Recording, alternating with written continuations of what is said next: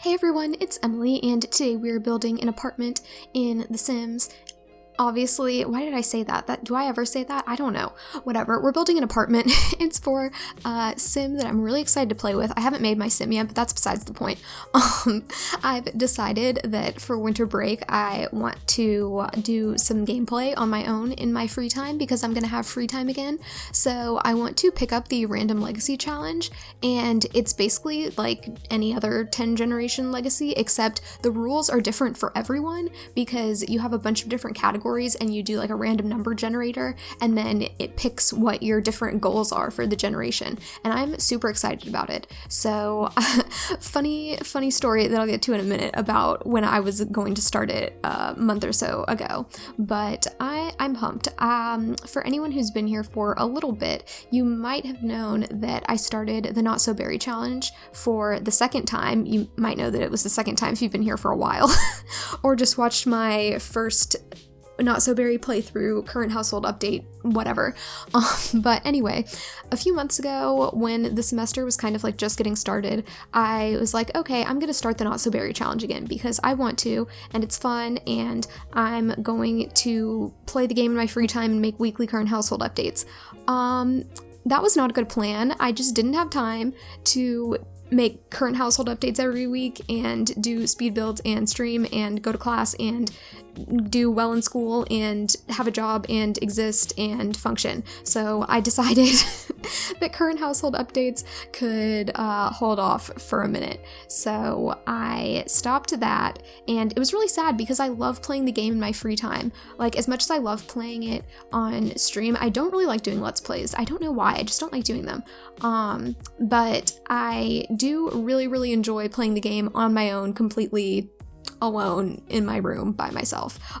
So I've been missing that a lot, but I'm excited to have a new current household. I'll probably be doing weekly updates or something like that for the time that I'm able to play it. I don't know. I'll probably have some updates that kind of go into when I start school back up in January, but I'm guessing that I'll probably play a lot over the break, and then we'll just have some extra updates that kind of go on. But I think the Random Legacy Challenge is supposed to be a 10 generation legacy, but I'm not sure if it has a limit. I have no idea. I'm just gonna play probably like one or two. Well, I might make it to 3 generations. You never know.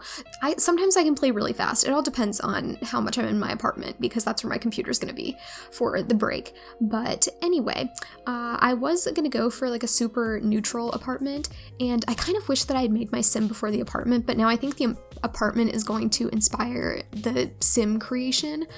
Oh my gosh, I can't wait to download CC. I haven't downloaded any kind of CC really in like well over a month because I haven't really been playing the game other than stream stuff, and I'm not really looking to add new CC, especially because for a while there I was having some computer issues. I shouldn't anymore because I've upgraded a lot of things, but yeah, I haven't been looking for CC in a while, so I'm excited to do that. That's going to be something that goes on my list as soon as I turn in my last project on Wednesday. But anyway, just to give you a little bit of an idea of what I'm doing for the first generation of the Random Legacy Challenge, my sim is supposed to be single and have 2 kids, so I have no idea what kind of storyline thing I'm going to go with there. We'll see what unfolds in the future. And then she's going to be a fashion influencer, which I really want to play with the stylist career, and I think there's a fashion influencer branch. I think that's how it works, but I haven't gotten around to playing with it yet, and I'm so sad because new careers are like my favorite thing in the game, and I haven't played with any of the new ones basically since school started. Like anything that's come with a patch or get famous. I've played with the acting career a little bit on stream, but I really haven't gotten into it as much as I would have if I weren't, creating content and in school and stuff. So yeah, that's kind of been weird for me because I'm a very like career-oriented player and like goal-oriented player. Oh man, did I miss the positivity challenge? I think I missed it. That makes me sad. I also like challenges in the game, and when the plant sim one happened, I don't think I finished it, but whenever other things like that have happened, I always try to do them, and I think that I just missed the positivity challenge completely. Oh well, whatever, it's fine. Anyway, The fashion influencer career isn't actually part of the Random Legacy Challenge since it's one of the newer ones, like the acting one isn't either. But the one that my sim rolled for, I can't remember what it was, but it was like the last one on the list, and it was kind of like a newer career. So I think it had something to do with social media. I think it was one of the city living careers. So I decided, you know what, good enough. I'm gonna have my sim do that career because that's what I want to do, the fashion influencer one. So yeah, and for me, doing legacy challenge things like that is kind of just a way for me to play different parts of the game than I have yet. And if I'm going to play a career that I've played before, like the social media one from City Living, then I'm gonna lose interest like super fast. So I'm excited. She has a whole little office and she has a huge walk-in closet with a little stylist thing that's actually a Get Famous item. You'll see it in a minute. But yeah, I don't know. I struggled with the theme of this apartment because I was going for one thing at the beginning and then I completely changed it. So that just kind of threw everything off a little bit. So you'll see lots of like changing color swatches and whole items and stuff like that throughout the build. Once I get to the bedroom and the office, I've pretty much got it handled. I've got it under control, so that's good. But another thing that my sim has to have is a themed display. So it has all kinds of specific rules that I don't know off the top of my head. I'm just looking at this thing that's on my desktop, like a little sticky note thing. You know, if you have a Windows computer, I think everyone has sticky notes, but it's called sticky notes, but it's an app and it just puts a little thing on your desktop.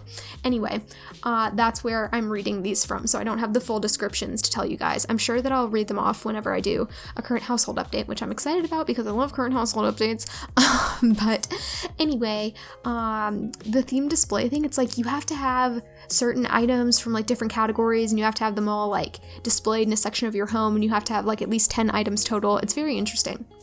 But then she also got this thing called My Precious, which is like you have to either go out and collect or purchase a new item every week. And so I thought that worked out well with the theme display, because if she's like going out and collecting stuff, then that can, like, her collection can be the theme display.